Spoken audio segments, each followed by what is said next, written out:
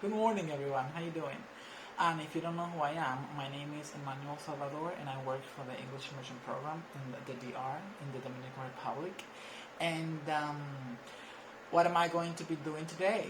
Well, what I am going to be doing is the following. We are going to be working with the present perfect, and what I'm going to be doing is I'm going to be giving you some different examples and definitions of the present perfect and how we can use it.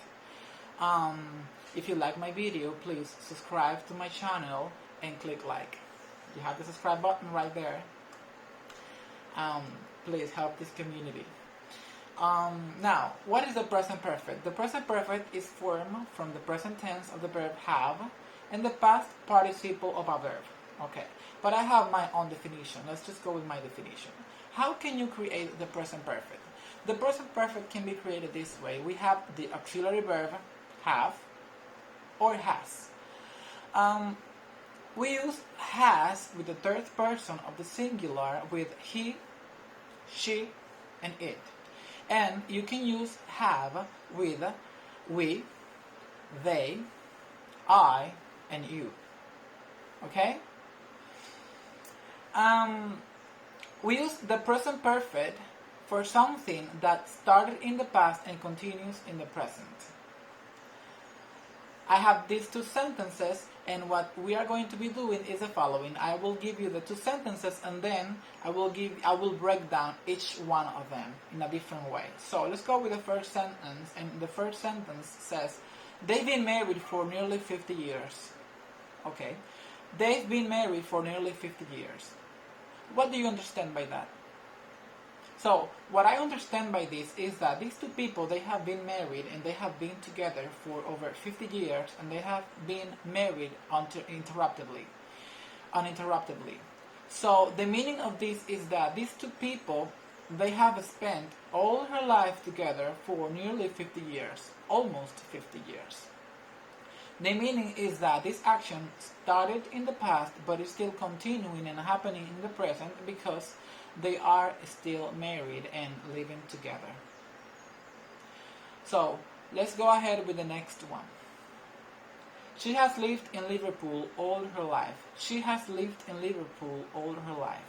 Okay, the meaning of this second sentence is the following. This woman has spent all her life in a specific place, in a specific area, or in a specific town or city.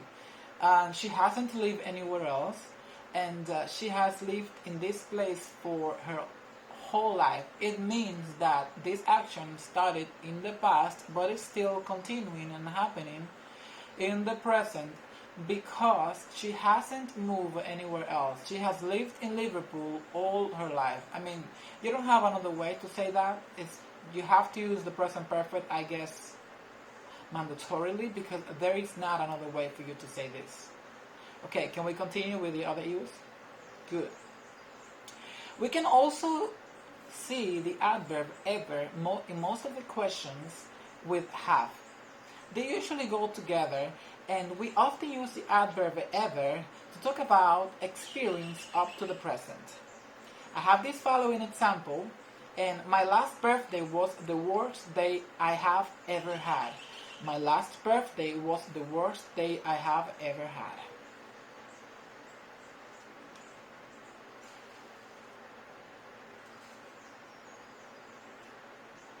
So, in that sentence, this person is talking about the experience that he had and that he endured or he suffered.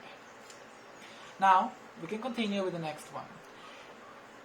The negative side of ever is never. So, and we use never for the negative form. Have you ever met George? Have you ever met George? Yes, but I've never seen his wife. So you have never seen his wife, and therefore we have a negative sentence with never. Now, another use of the present perfect is that for something that started in the past but it is important in the present. I have these two examples. I can't get in the house, I've lost my keys.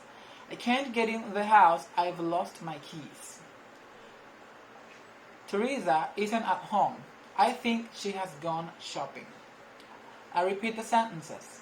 I can't get in the house. I've lost my keys. Teresa isn't at home. I think she has gone shopping.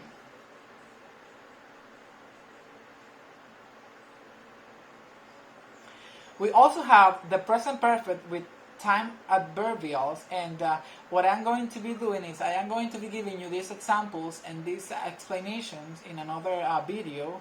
Please, if you liked my video, click like and subscribe. Now I am going to be making some different examples, questions and sentences with have and has, okay? We are also going to connect it with ever and ever in negative and in positive way. For example, number 1. Have you ever been to Mexico City? Have you ever been to Mexico City? Has she ever drunk alcohol? Has she ever drunk alcohol? Have you seen Maria? Have you seen Maria? Have you been to New York City? Have you been to New York City? Has it started raining? Has it started raining?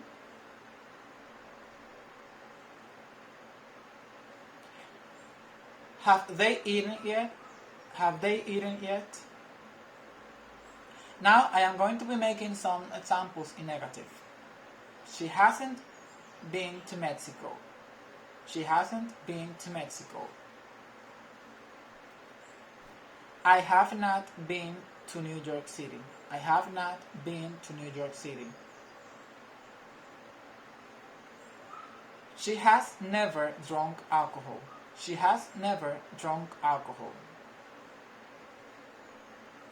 Victor hasn't seen her. Victor hasn't seen her. It hasn't started raining. It hasn't started raining. I have never seen you before. I have never seen you before.